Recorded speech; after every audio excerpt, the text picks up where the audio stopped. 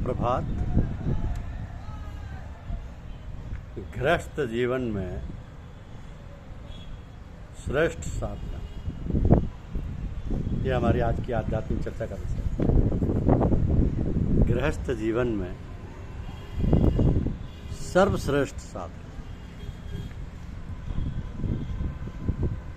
कि हमें कई ऐसे संत महात्मा मिलते हैं जो कहते हैं कि गृहस्थ जीवन में साधना नहीं की जा सकती,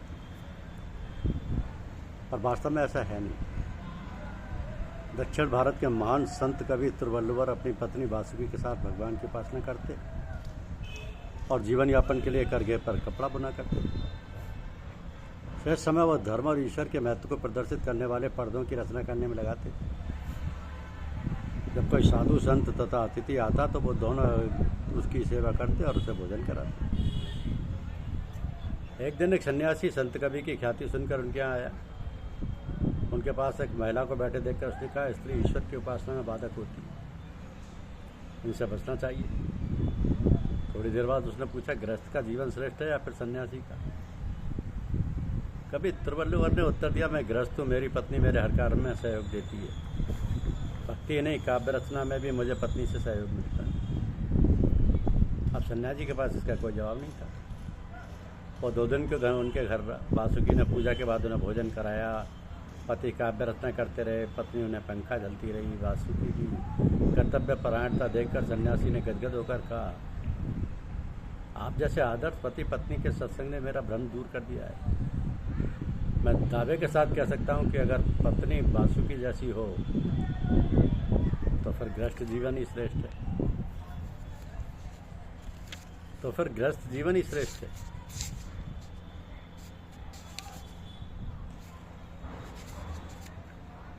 क्योंकि सुरत शब्द योग साधन के द्वारा जब ये साधक अंतर्यामी परमपिता परमात्मा के तात्विक स्वरूप को जान लेता तो उसके हृदय की अविद्या रूपी ये गांठ खुल जाती,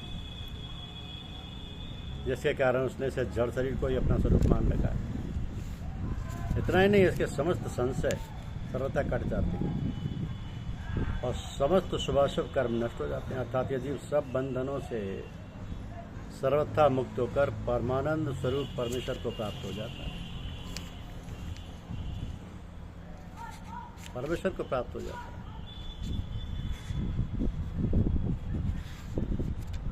तो असल में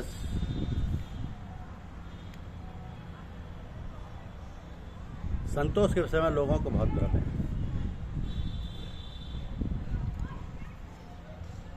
क्योंकि संतोष के माने हाथ पे हाथ रखकर बैठना नहीं। हमारे अंदर जितनी शक्ति है उस शक्ति का पूर्ण उपयोग करना, तनिक भी आलस्य और अकर्मण्यता ना पाए।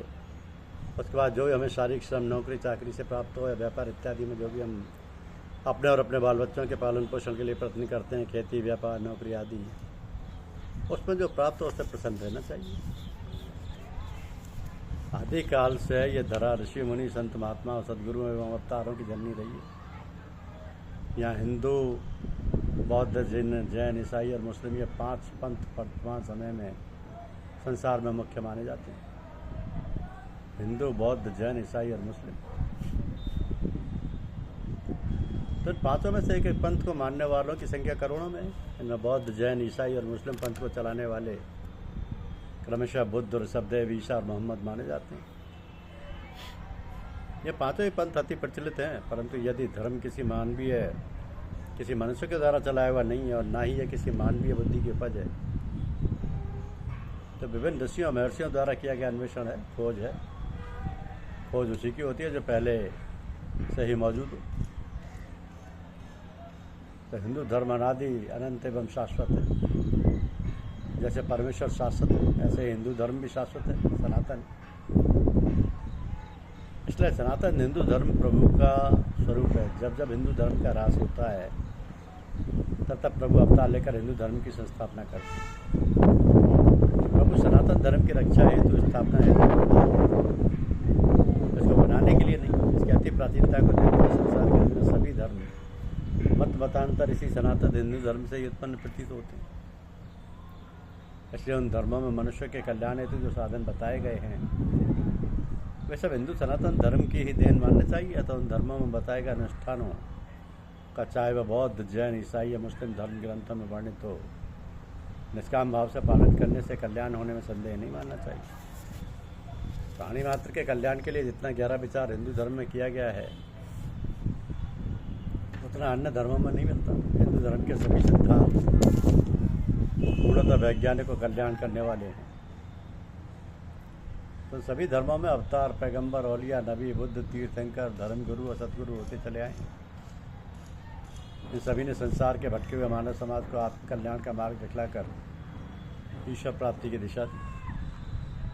हमारा किस महापुरुष संत सदगुरु से उद्धार और कल्याण हो सकता है, इस पर हमें खूब सोच समझ कर निर्णय लेना चाहिए। सदगुरु जो क्षत्रिय धर्म के रहस्य को जानने वाले हों, निष्पाप हों, कामनाओं से शून्य हों, ब्रह्मवेत्ताओं में श्रेष्ठ हों, ईंधन रहित अग्नि के समान शांत हों, अकारण दया सिंधुओं शरण में आए हुए सज्जनों के हितैषी हों, उन सदगुरुदेव के विनीत और विनम्र भाव से सेवा भक्तिपूर्वक आराधना करके हमें अपना ज्ञातव्य जानना चाहिए। यद्यपि सदगुरु से पूर्व गुरुओं की श्रेणियाँ होती हैं। गुरु हर कोई व्यक्ति नहीं हो जाता जो अपनी सारी वासनाओं को मिट चुका हो, जो ईश्वर की वाणी में अस्तित्वहीन हो गया हो, जिसके आचरण में कोई भी काम धर्म विरुद्ध ना दिखाई दे, जो सच्चरित्र और सदाचार का आदर्श हो, जो हर समय परमात्मा में लीन रहने से या उसके अंदर तद्रूपता आ गई है, ऐसे महापुरुष को पीर या गुरु कहते हैं। तो ऐसे गुरु भी तीन प्रकार के होते हैं: प्रारंभ गुरु, सदगुरु और समर्थ सदगुरु। प्रारंभिक गुरु जो शिष्य को बदी यानी कुमार्ग के रास्ते से हटाकर नेकी यानी सतमार्ग के रास्ते पर डालता है और संसार से परमार्थ यानी परमात्मा की ओर झुकाता है और सत्कर्मों की शिक्षा देता है। सदगुरु जो उपासना के उपदेश या साधना के समय गुरु और शिष्य दोनों के इंद्रियों के व्यापार बंद रहते हैं, यानी कि शांत रहते हैं। न मुंह से कोई शब्द उच्चारण किया जाता है, न मन से कोई कल्पना लाई जाती है, परंतु फल प्रत्यक्ष सम्मुख होता है। तो सदगुरु भी चार प्रकार के होते हैं: पारस गुरु, दीपक गुरु, मलिया गुरु और भंगी गुरु।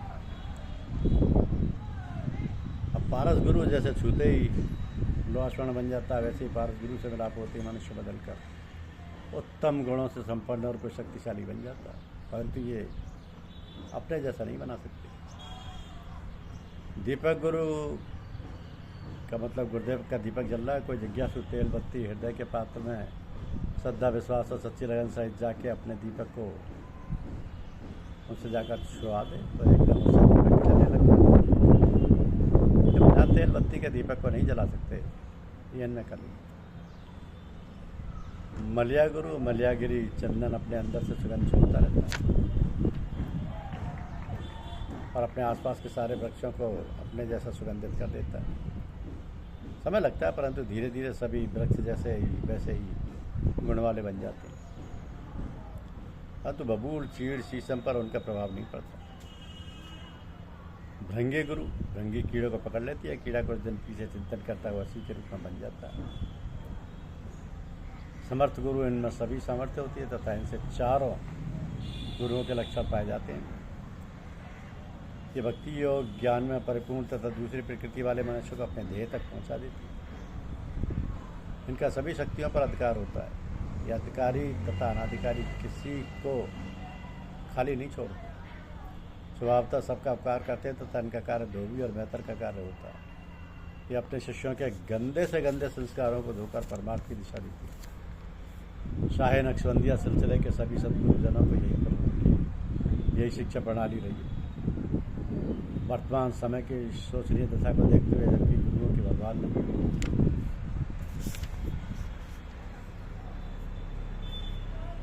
तो जो आपके पुण्य की कमाई की शुभ संस्कारों को तथा अपने मन की व्यथा को दूर न करके आपको नरकगामी बनाएंगे, स्वयं भी नरकभागी होंगे, ऐसे गुरुओं से सावधान रहें। गुरुदेव सदैव जन कल्याण का काम करते हैं, अपने भक्तों को ऊपर उठाते हैं और गुरुदेव की दया कृपा से ही भगवत प्राप्ति होती है। धन्यवाद।